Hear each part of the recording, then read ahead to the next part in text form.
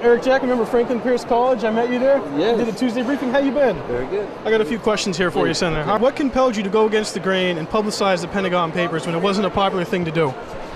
Because in a democracy, the people have to know what's going on in their government or they'll lose their democracy. Right today, 80% of what is held secret from the American people should not be held secret from the American people. The classic example, Americans should know that we're torturing people. I don't think Americans are for that. And the lady who gave us the information from the CIA was fired because she told us about the rendition program. And so I just don't understand what my colleagues sitting on the podium there would just accept this stuff and perpetuate the secrecy that's going on. And obviously, I'm sure you caught some flack from Nixon and his boys about that. How can you compare that to people who stand up against Bush's war in the same respect, the way you stood up to the Vietnam War in the 70s? Well, first off, there's nobody standing up to Bush's war right now. Stop and think, what have we had? We've had a non-binding resolution. You could drive a Mack truck through it. And then secondly, you've got four votes to make them look good, symbolic votes. I mean, we're going downhill. We could stop the war by Labor Day and bring the troops home by Christmas. All they've got to do is use the power of the Congress, the power of the leadership, to repeatedly have votes on cloture until you get it. They'll take about 20 days. And then repeatedly have votes on override, day in and day out, 7 days a week, no vacations. And you'll see it by the end of August. We will override the president's veto.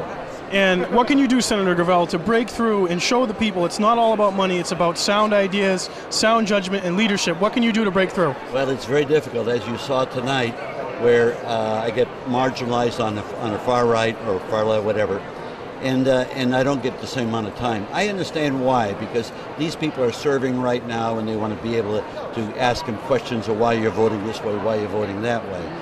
But it's very frustrating because you don't get any follow-on. I was trying to get the point across that when they say, oh, we're going to do this, we're going to do that, my God, we got a $50 trillion gap. And so they're whistling Dixie. There's no way the nation can afford all the things they're talking about doing.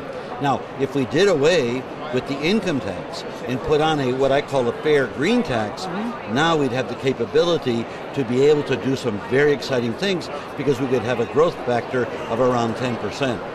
Okay, my last question, Senator. It's been reported that you will support a new global investigation into the events of September 11th. Do you care to elaborate on that? Well, as much as I know that I've had several people approach me on that, and I said I have no problem, because every time we had an investigation of the Kennedy assassination, we learned more.